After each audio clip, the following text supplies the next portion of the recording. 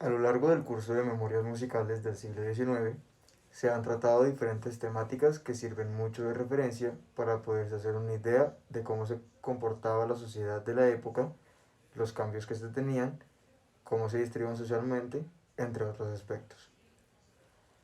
En este video, mis compañeros y yo vamos a responder ciertas preguntas fundamentales para lograr entender cómo se construye una sociedad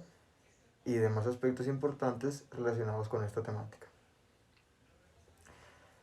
La primera pregunta que se va a responder será: ¿qué significa construir la nación en el siglo XIX? Respecto a esto, se piensa que se necesita trabajar fuertemente en la sociedad del cual ésta estará compuesta. Esto teniendo en cuenta que esta será la encargada del desarrollo y la correcta formación de los pilares de la nación. En el siglo XIX se ven varios cambios que afectan con gran impacto a las personas de la época y se empieza a ver una distribución de la sociedad y una separación por clases. Construir la nación significaría iniciar con la formación de los distintos aspectos que definen la cultura y el comportamiento de cada uno de los habitantes, tomando que dentro de la cultura se ve gran influencia por parte de la música que se escucha, del arte que se aprecia y cómo responden las personas ante estos. Además de lo dicho anteriormente, también es de vital importancia definir el rol de las distintas partes de la sociedad, tomando en qué aportarán estas al desarrollo continuo de la nación y sus componentes. Bueno, como mencionó Alfonso, la siguiente parte de la discusión la vamos a enfocar sobre quiénes son los encargados de hacer esta construcción de la nación. Entonces, bueno, en primer lugar, yo creo que es importante resaltar que muchos de los enfoques que se dieron en este periodo de tiempo fueron hechos mirando hacia una sociedad europea, pues ya que la mayoría del desarrollo del arte en Colombia estaba desarrollado por élites y estaba encargado por ellos. Entonces, mirando como a gran escala, nos damos cuenta que hace falta un poco de representación de personas de color, de indígenas o de africanos, mulatos, etcétera. Por lo que vemos como un poco tenemos como una sensación de que la visión que se estaba transmitiendo era una visión que solo unos pocos podían ver. Okay, por otra parte, nos parece interesante resaltar que un gran enfoque que se estaba dando del arte en este periodo de tiempo y de la construcción de esta sociedad que estamos discutiendo es una visión externa basada en la reciente expedición botánica. Entonces encontramos como un poco de un sentido de visión ajena a la sociedad y pues esto se complementa con el hecho de que muchas personas, a pesar de que hacían parte de la sociedad civil, no estaban haciendo parte de esta construcción social, estaban más enfocadas en las élites. De la misma manera, pues algunos de los personajes que encontramos o que nos parece que fueron un poco relevantes en la construcción de esta sociedad fueron José María Vergara Vergara o Ramón Torres Méndez, pues aparte de los que participaron en la expedición botánica y pues evidentemente hay más. Entonces, no sé, como comentario final quisiéramos eh, mencionar que esta construcción de país, a pesar de que esta construcción de nación, a pesar de que se supone que nos debería representar a todos, en su momento debió representar más gente, pues es un poco sesgada, eh, pues basándonos en que tienen un poco una visión europea y un poco un sesgo entre las personas que se supone pues deberían participar activamente para construirla. Ahora vamos a discutir sobre cuál fue el papel de la literatura y la pintura en este proceso histórico y social. Entonces,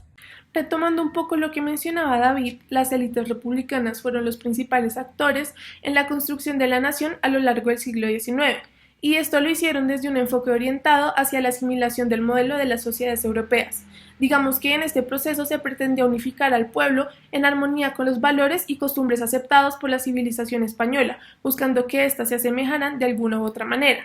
De este modo, se introducen elementos culturales que empiezan a tener una influencia directa en la cotidianidad de los habitantes del territorio nacional. La escritura y la pintura comienzan a cumplir funciones diversas en el contexto republicano, siendo una de estas el retratar la diversidad de la vida local.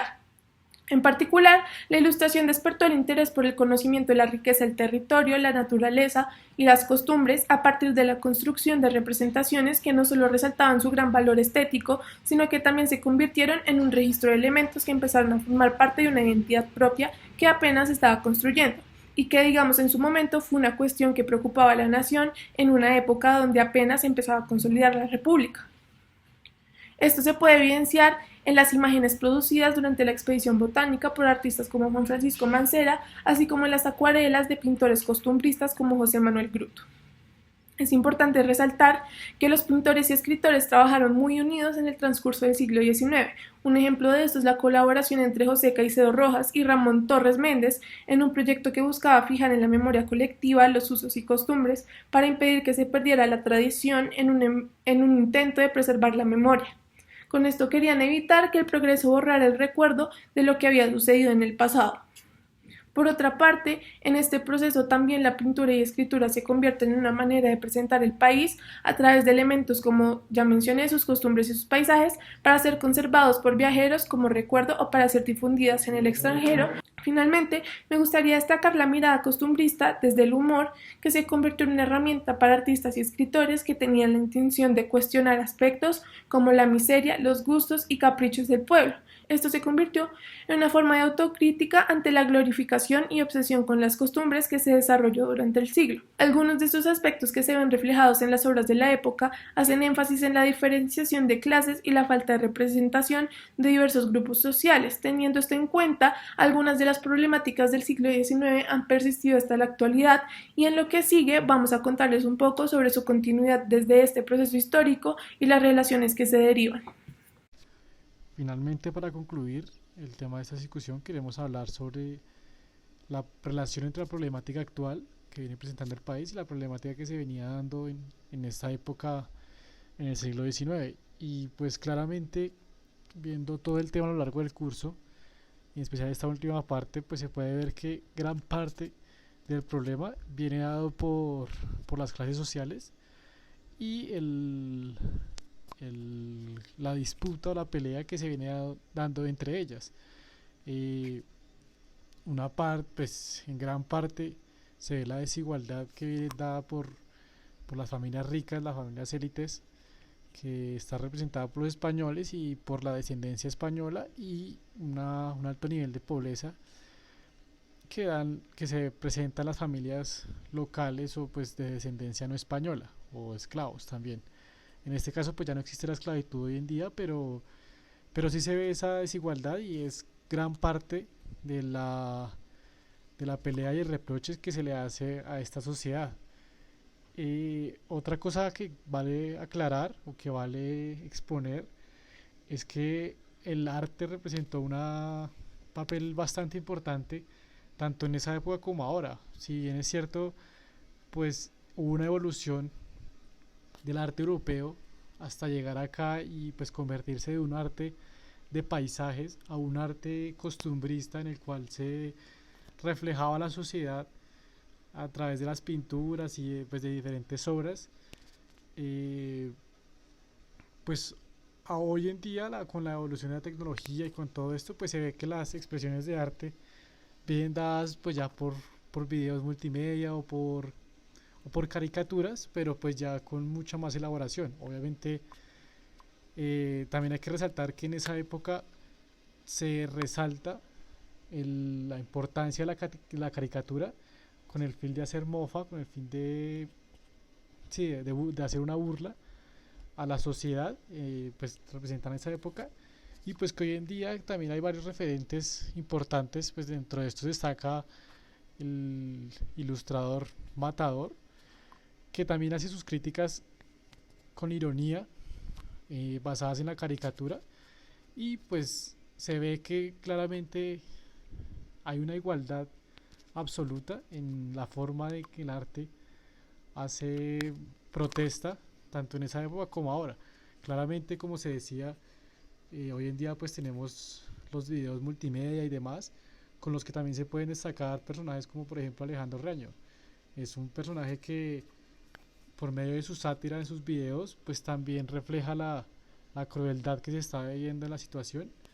y cómo esto nos está afectando de una manera u otra al país en general. Para concluir estas cuatro preguntas, podemos decir que la sociedad siempre se ha visto y se verá influenciada por las diferentes formas del arte, como son la música y la pintura. Durante el siglo XIX ocurrieron varios sucesos históricos que ayudaron a esa construcción de la nación y a la búsqueda de la identidad de nuestro país, y que dentro de estos la literatura y la pintura juegan un papel muy importante, pues son inherentes a la humanidad. Aquellos que ayudaron a esa construcción de la nación son quienes se animan a hacer un cambio, quienes crean y no se limitan. Y estos creadores no estaban o están solamente en el siglo XIX, sino que los podemos encontrar también en el siglo XXI,